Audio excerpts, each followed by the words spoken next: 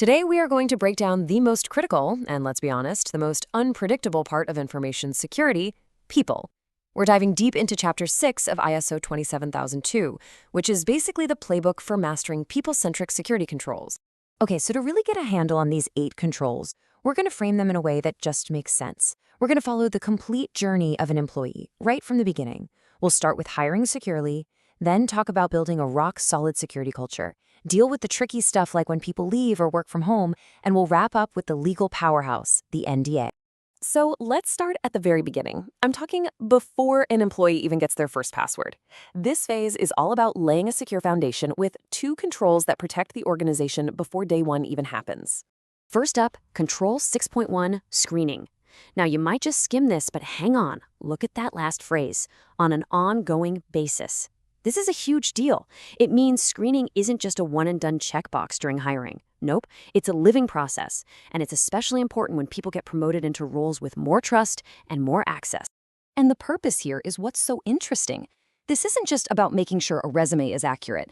It's about building a system to make sure that trust is maintained over time. Think of it as a proactive defense against insider threats that could pop up months or even years down the road. It's about knowing your people, not just on their first day, but on their last day, too. You know, the standard is pretty smart about this. It doesn't say you have to do the same deep dive on everyone. It pushes for a proportional approach. For most jobs, yeah, you'll check references and qualifications.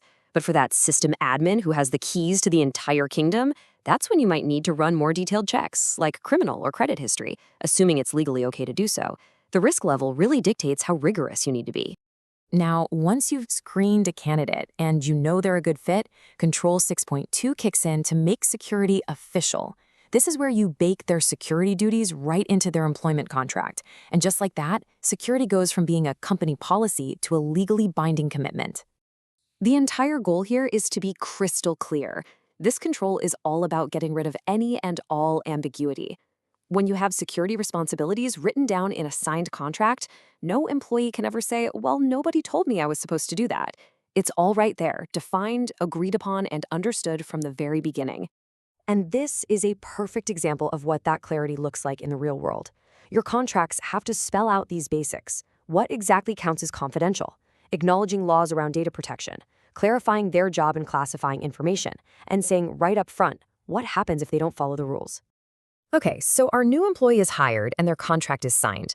Now we shift gears from paperwork to actual practice. These next few controls are all about the daily habits that build a truly strong security culture. Control 6.3 is the absolute heart and soul of the human firewall. And listen, this isn't about some boring once-a-year presentation. This requires a dynamic, continuous education program with regular updates that match the latest threats and your own policies. It's like a security gym, not a one-time checkup. So what does a really powerful program look like? Well, it's way more than just sending out phishing tests. It's seeing the top bosses actually live and breathe the security mission. It's every single person understanding that they are personally accountable. And crucially, it's making sure they know exactly who to call the second they see something that feels wrong. That's how security gets woven into the company's DNA. But let's be real, mistakes are going to happen, and sometimes people break the rules. That's where Control 6.4 comes in. It insists on a formal, well-communicated disciplinary process. The key here is to make sure the response is always fair, consistent, and transparent, not just some knee-jerk reaction. The standard really calls for a smart, measured response. You don't just react, you investigate. Was this an honest mistake, or was it malicious? Is this the first time, or is there a pattern here?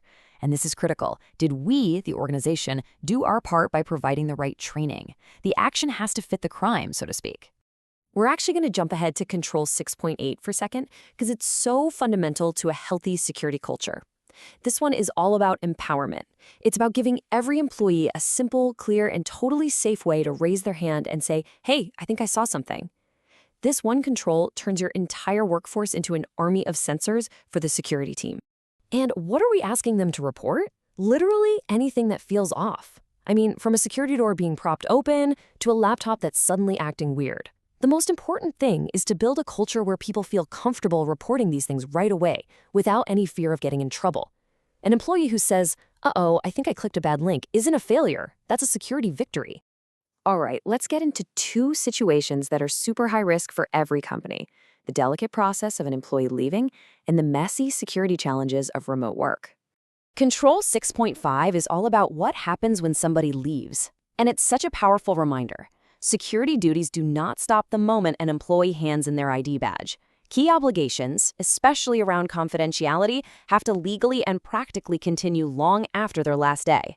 These lasting responsibilities are everything. They have to be spelled out in the original contract, and then you have to go over them again during the offboarding process.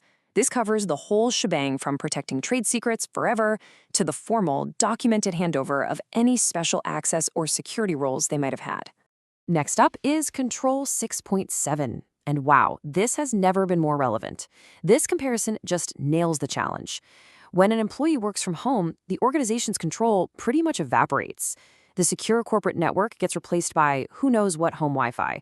Managed building security is replaced by a home office, and company laptops might now be sharing a network with unsecured personal gadgets. So to fight back against this huge increase in risk, having a dedicated remote work policy isn't just a nice idea, it is an absolute necessity. This policy has to take on these new threats directly, mandating things like VPNs, setting clear rules for working in public places, and even addressing the simple risk of a family member glancing at a confidential screen. Finally, let's zoom in on one control that's really the legal backbone for so many others we've discussed. I'm talking about the legal shield that is the Non-Disclosure Agreement, or NDA. Control 6.6 makes it clear that just having an NDA isn't good enough. It has to be airtight and actually enforceable. This table shows you why. If your definition of information is vague, a departing employee might argue that the customer list they took wasn't technically covered. If there are no clear actions for breach, well, the NDA has no teeth. Every single one of these elements is absolutely critical to make that document a real weapon you can use if you have to. And that really is the main takeaway here. When you put all 8 of these controls together, they completely flip that tired old cliché on its head. People are not your weakest link. When they're selected carefully, trained continuously, and supported by a culture of clarity, they become your most intelligent, adaptive, and powerful line of defense. So we'll leave you with this to think about. In this new, decentralized world of work, what's your biggest challenge? Is it really screening remote candidates you'll never meet in person? Is it keeping that security culture alive and buzzing across different time zones? Or is it securing the thousands of home offices where your company's data now lives? Because mastering the human element, well, that's not just a part of the game anymore, it is the game.